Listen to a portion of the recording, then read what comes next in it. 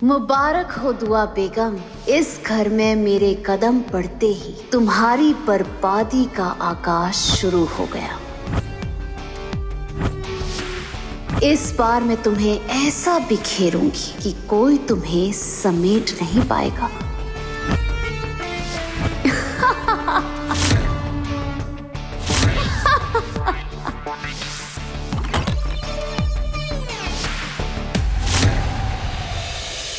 आपको एग्जैक्टली कहाँ दर्द हो रहा है? यहाँ पीठ पर।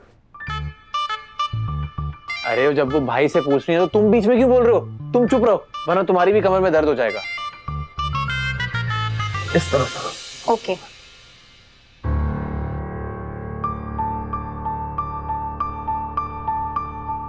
यहाँ भी दर्द हो रहा है क्या?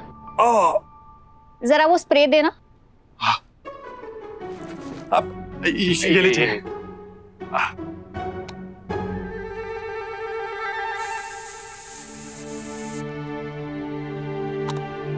कहीं हड्डी तो फ्रैक्चर नहीं हुई है ना? नहीं नहीं, सिर्फ टिश्यूज डैमेज हुए। लगता है सुभान सर कहीं ऊंचाई से गिरे। ऊंचाई से गिरे होते तो क्या गम था, इस बार तो जनाब नजरों से गिरे।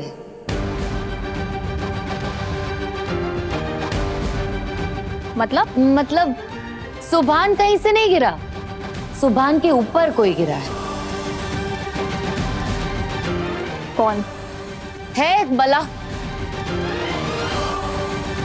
जहां भी मेरे शौहर को देखती है गिरने लगती है। बहुत गिरी हुई है।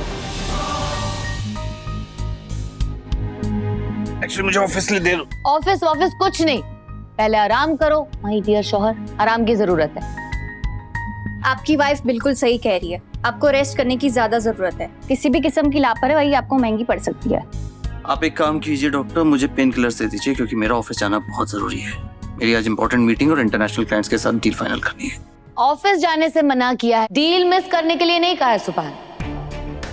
अगर सुभान ऑफिस नहीं जाएगा तो डील कैसे होगी? क्लाइंट्स घर पर आएंगे मीटिंग करने के लिए। एक्चुअली बहुत अच्छा आइडिया है मन्नत, गुड। मैं एक काम करती हूँ, मैं क्लाइंट्स को घर पे ही बुला लेती हूँ। अभी मैनेजर को कॉल करती हूँ और मीटिंग घर पे ही अरेंज करती हूँ।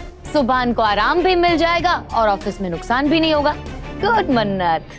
एक्चुअली बात बिल्कुल ठीक कह रही है, क्लाइंट्स को घर पे ही बुला लेते हैं ताकि उन्हें भी पता चले कि दो बिल्लियां आपस में लड़ती हुई कैसी दिखती है। और हम लोगों की जो रेपुटेशन है वो इंटरनेशनल मार्केट में भी खराब हो जाए।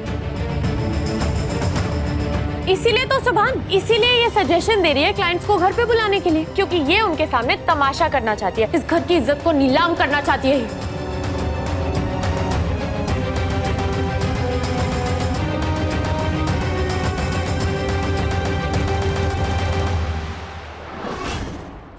कितनी गिरी हुई हो तुम इबादत? गिरी हुई मैं हूँ, घर की इज्जत मैं नीलाम करना चाहती हूँ। मेरा मुंह मत खुलवाओ मन्नत, अगर मैंने बोलना शुरू किया ना तो तुम कहीं की नहीं रहोगी। मैं सुभान की बीवी हूँ, तुम्हारी तरह नाजायज माशूका नहीं हूँ।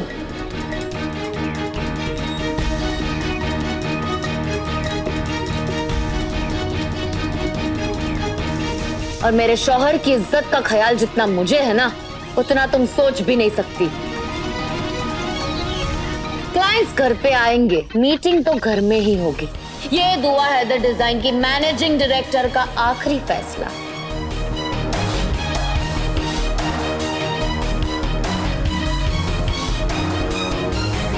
कोई आर्ग्यूमेंट्स नहीं, और मुझे किसी अरे गहरे के सजेशन की भी कोई जरूरत नहीं है।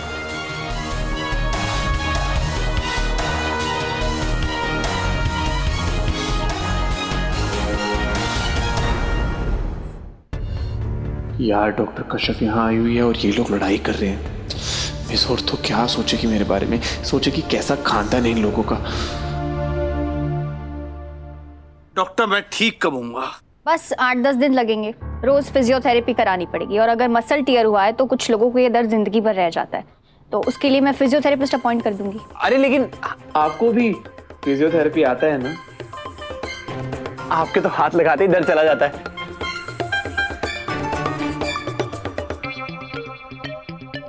मतलब आपने भाई को हॉस्पिटल में 2 मिनट में ठीक कर दिया था, है ना? हाँ बिल्कुल, सोफी बिल्कुल सही कह रहा है। आपसे बेहतर और कौन कर सकता भला। और वैसे भी 8-10 दिन की बात है, आप ही रुक जाइए ना। पहली बार अरमान भाई ने कोई सही बात की है। आप ना यहीं पे रुक जाइए, 10 दिन 15 दिन आराम से रुकिए।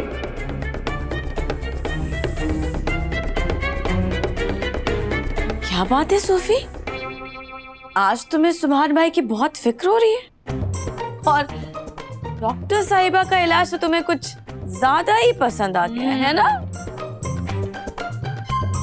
देख रही है रोहन की अम्मी। अरमान मेरे बच्चों, चलो मेरे साथ बाहर चलते, तुम्हारा इलाज तो मैं करूंगी आज।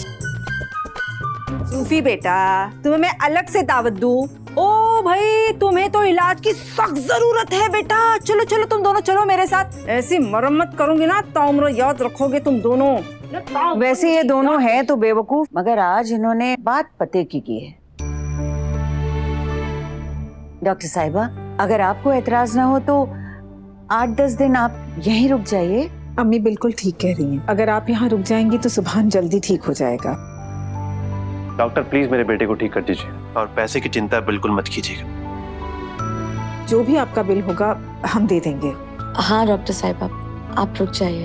आप यहाँ रुकेगी तो हम सबके लिए अच्छा होगा। ठीक है, आप लोग इतना कह रहे हैं तो मैं रुक जाती हूँ।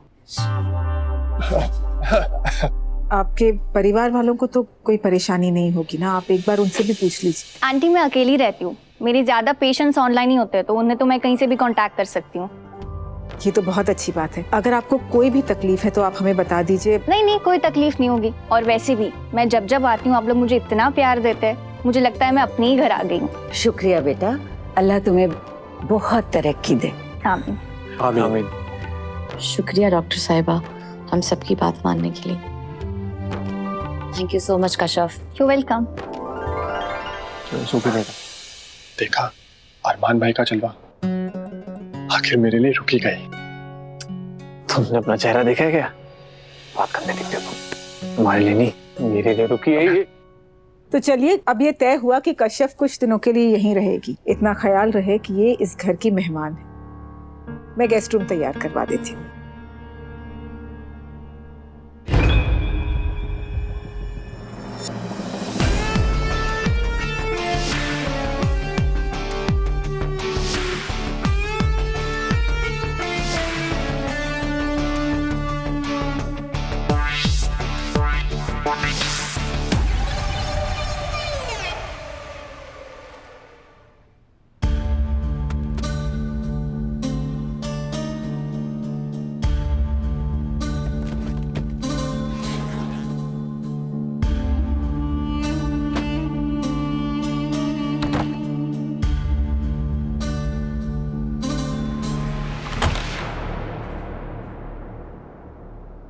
संभाल के, आराम से आराम से।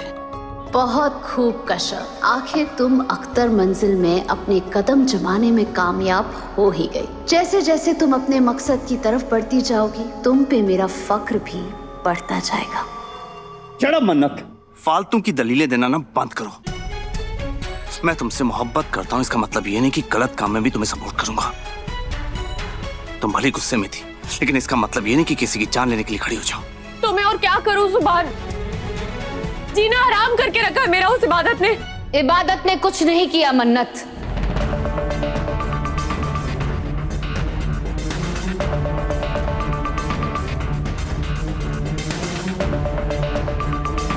ये जो कुछ भी तुम्हारे साथ हो रहा है ना, उसकी जिम्मेदार तुम खुद हो। मुझ पे इल्जाम मत लगाओ। तुम किसी का शौहर छीनने की कोशिश करोगी, बंद कमरे में अपने गुनाहों का बाजार सजाओगी, दूसरी औरत बनके किसी का घर उजाड़ोगी, तो दुनिया तो तुम्हें गालियां ही देगी। चुप हो जाओ इबादत। क्यों चुप हो जाऊं मैं? तुम्हें आईना दिखा रही हो तो बहुत तकलीफ हो रही है। तुम एक नंबर की बेहया, बेशरम, Stop it, guys! Stop it! कम से कम मेरी तबीयत का तो लिहाज करो यार। मैं इस कंडीशन में नहीं हूं कि तुम दोनों की बकवास सुनो, प्लीज। मन्नत, 100 बात की एक बात, तुमने गलत किया। तुमने इबादत की जान लेने की कोशिश की, और इबादत, इसका मतलब ये नहीं कि तुम पलट कर मन्नत पे वार करोगी। सुभान, मैंने मन्नत पे इसलिए पलटवार नहीं किया है क्योंकि इसने मेरी जान लेने की कोशिश की।